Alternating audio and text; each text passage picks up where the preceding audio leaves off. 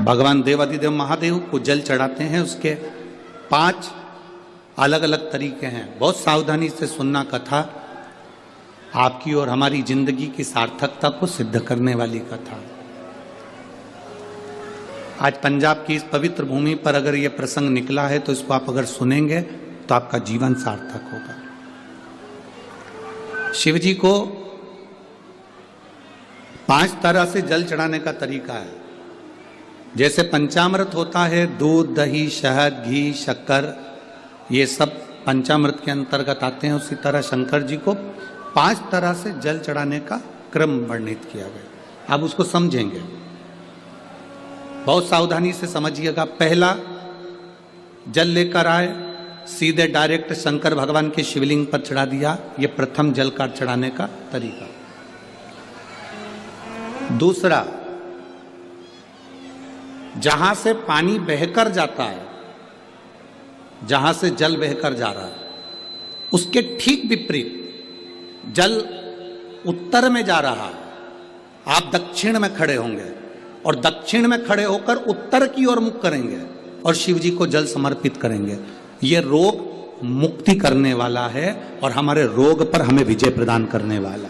यह जल चढ़ाने का तरीका। एक, सीधे मंदिर में गए, लोटा भरकर जल उठाया, शिव जी को चढ़ा दिया।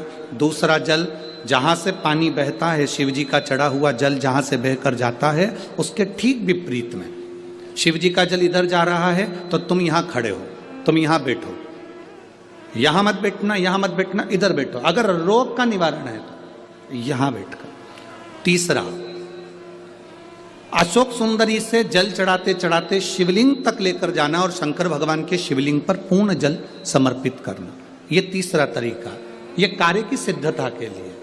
हम जब किसी से आस ना लगाकर परमात्मा से विनती करते हैं तो वो विनती करने का तरीका। तीसरा। चौथा, शिव जी पे चढ़ा हुआ जल 5 जगह पर समर्पित करना। गणेश जी, कार्तिकेय, अशोक सुंदरी, शिवलिंग और जलाधारी। ये चौथा क्रम है। जब जिस नारी का, जैसे एक पत्र है, देखिए,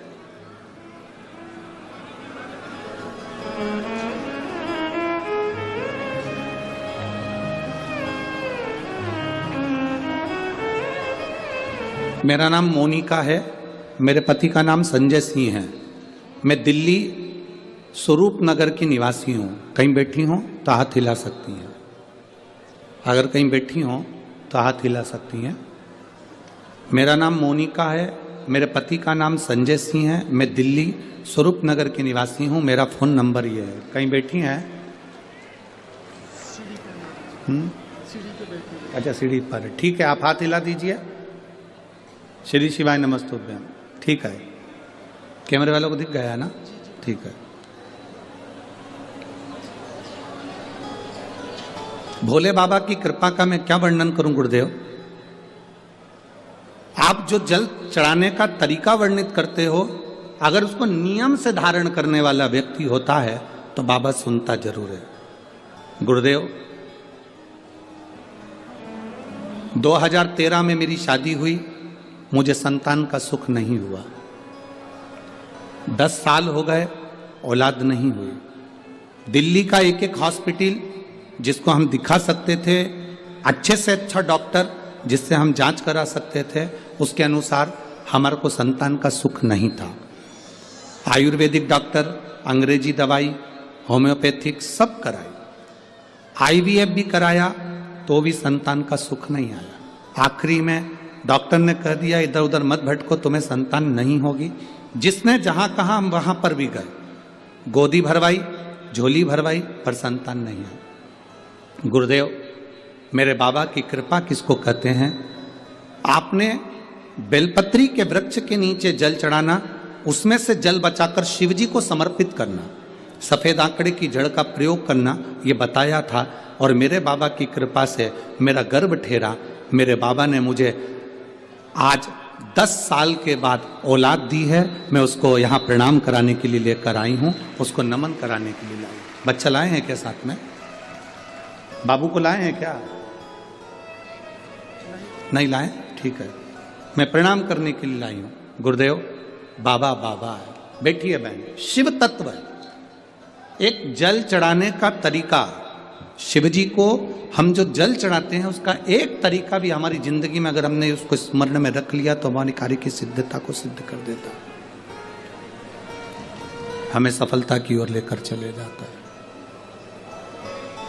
सीधे जल चढ़ाना, दक्षिण में बैठकर उत्तर की ओर मुख कर कर जल चढ़ाना, अशोक सुंदरी से लेकर शिवलिंग तक जल चढ़ाना, 5 स्थान पर गणेश, कार्तिकेय, अशोक सुंदरी, जलाधारी, शिवलिंग पर जल चढ़ाना 5 स्थान पर, ये चौथे नंबर का। और 5वां जल समर्पित करना,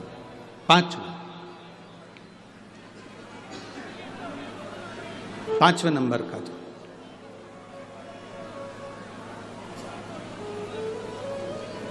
शिव जी को 5म नंबर का जो जल आता है, जो जलाधारी है, ऊपर जिसमें पानी भरा रहता है और नीचे एक एक बूंद टपकता रहता है, जलाधारी में जल समर्पित कर कर उसी जल को बचाकर अशोक सुंदरी वाली जगह पर थोड़ा सा चढ़ाकर उसी में से जल शिवलिंग पर जब हम समर्पित करते हैं तो हम जिस कार्य के लिए जा रहे हैं वो कार्य सफल होता। बहुत तकलीफ है, दुख की जिंदगी चल रही है, कोई परिवार में बेटे हैं, बहुएं हैं, बेटियां हैं, सब प्रयास कर रहे हैं,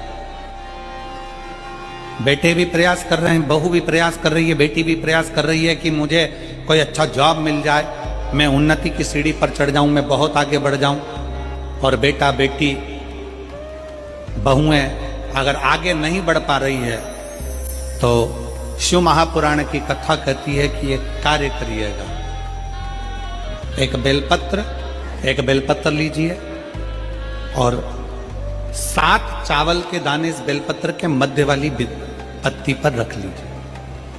जो बेटा बेटी बहुत प्रयास कर रहे हों, बहुत कंपटीशन एग्जाम दे रहे हों, बहुत मेहनत कर रहे हों और उसके बाद भी बहुओं का, बेटियों का, बेटों का अगर कहीं जॉब नहीं लग रहा और कहीं सिलेक्शन हो ही नहीं रहा और बहुत हार चुके हैं, तब एक बेलपत्र 7 चावल के दाने मध्य पत्ती पर 7 चावल के दाने, एक घिसे हुए चंदन की गोली, पीला चंदन को घिस कर उसकी एक गोली बनाई, एक गोली गोल कर कर शिवपिंडी जैसी, शिवलिंग जैसी गोली बनाकर उस चावल के दाने पर रख लो।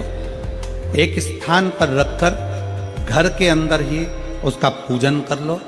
और पूजन करना है वही जो आप घर में सामग्री, आपके रोली, चावल, मोली, हल्दी, उससे पूजन कर कर, दिए से आरती कर कर, ऐसी कैसी ही बेलपत्र अशोक सुंदरी वाली जगह पर, थोड़ा समझिएगा, अशोक सुंदरी वाली जगह मतलब जहां से पानी बह रहा है उस ओर इस डंडी को रखना और ऐसी कैसी पत्ती अशोक सुंदरी वाली जगह पर रख दीजिए। ये किसी भी प्रदोष के दिन या किसी भी सोमवार की अष्टमी के दिन या किसी भी विशेष शिवरात्रि के दिन आप ये एक बार केवल करना है और अपने मन की कामना कर कर उसको रखकर बाबा को घी का 2 दिया लगाकर आ जाना है। मेरा भोलेनाथ आपका हाथ पकड़कर आपको कंपटीशन एग्जाम में विजय दिलाएगा। पर मेहनत करना नहीं छोड़ना, परिश्रम करना नहीं छोड़ना, संघर्ष करना मत छोड़ना। अपनी मेहनत को 4 गुना करना है, अपने परिश्रम को 4 गुना करना है, अपने कर्म की लगन को बढ़ाना है। जितने घंटे पढ़ाई करते थे उससे 2 घंटा और बढ़ाओ, जितनी मेहनत करते थे उससे 4 घंटा की मेहनत और बढ़ाओ। और साथ में 7 अक्षत, एक चंदन, पीले चंदन की एक शिवलिंग जैसी आकृति, छोटा सा शिवलिंग जैसा भाग रखकर घर में उसका पूजन कर कर, घी का दिया से आरती लगाकर, बाबा की आराधना कर कर, दिल से कामना कर कर बाबा से वो ले जाकर ऐसे कैसा ही पत्ता अशोक सुंदरी वाली जगह, अशोक सुंदरी की जगह जानते हो, ये जो जगह है, ये जो जगह दिख रही है, मेरा निवेदन है चैनल वालों से थोड़ा इसको दिखाने का प्रयास करें। ये जो जगह है, ये शिवलिंग है, इधर शिवलिंग है और शिवलिंग के साइड में जो जगह होती है जहां से पानी बहता है उसको अशोक सुंदरी की जगह कहते हैं। तो इस स्थान पर इस बेलपत्र को, इस बेलपत्र की डंडी पानी बहते समय, बेलपत्र की डंडी है वो पानी बहने के स्थान पर हो, उसको रख दीजिए 2 घी के दिए लगाकर, और घी के दिए का स्मरण करें, दोनों दिए गोल बत्ती के नहीं होंगे, दोनों दिए लंबी बत्ती के नहीं होंगे। जो 2 दिए आप लगाएंगे, एक गोल बत्ती का होगा, एक लंबी बत्ती का होगा। गोल बत्ती क्या बोलते हैं यहाँ पर? फूल बत्ती। यहाँ फूल बत्ती बोलते, तो गोल बत्ती मतलब फूल बत्ती, और लंबी बत्ती, लंबी वाली बत्ती। 2 दिए लगाना है, एक जगत जननी का, एक बाबा विश्वनाथ का। दोनों दिए आप रखकर बाबा को प्रार्थना कर कर दिल से आइए, मेरा शंकर आपकी कामना पूर्ण करेगा, और पत्र व्यासपीठ पर जरूर आए।